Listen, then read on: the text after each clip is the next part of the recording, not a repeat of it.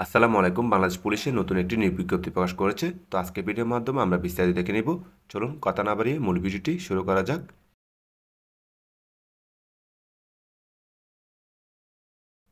দেখতে পাচ্ছেন metropolitan police lines school, Dhamra, Dhaka নিয়োগ বিজ্ঞপ্তি।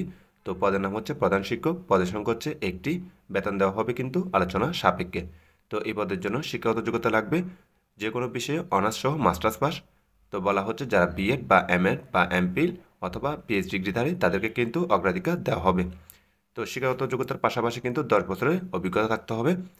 তো বলা হচ্ছে বয়স থাকতে হবে সর্বোচ্চ 61 বছরের মধ্যে। তো আপনাদেরকে কিন্তু নিয়ম অনুযায়ী বাড়ি ভাড়া, প্রভিডেন্ট ফান্ড, চিকিৎসা ভাতা ও উৎসব ভাতা প্রদান করা হবে।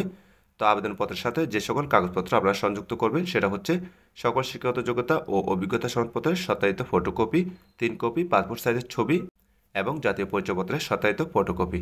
তো সকল কাগজপত্র এবং আবেদনপত্র আপনারা পাঠাবেন 7 ডিসেম্বর 2025 তারিখের মধ্যে। অর্থাৎ আবেদনপত্র পাঠানোর লাস্ট ডেট হচ্ছে 7/12/2025। তো যে ঠিকানায় আপনার আবেদনপত্র পাঠাবেন সেটা হচ্ছে সভাপতি governing body metropolitan police lines school, Dhaka metropolitan police, Dhaka Mirpur 14 Dhaka.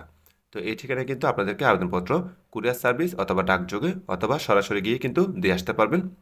তো এই ছিল মূলত আজকে ভিডিও। আশা করি বুঝতে পারছেন। যদি কারো কোনো প্রশ্ন থাকে কমেন্টের মাধ্যমে জানাবেন। সকলকে ধন্যবাদ। আসসালামু আলাইকুম।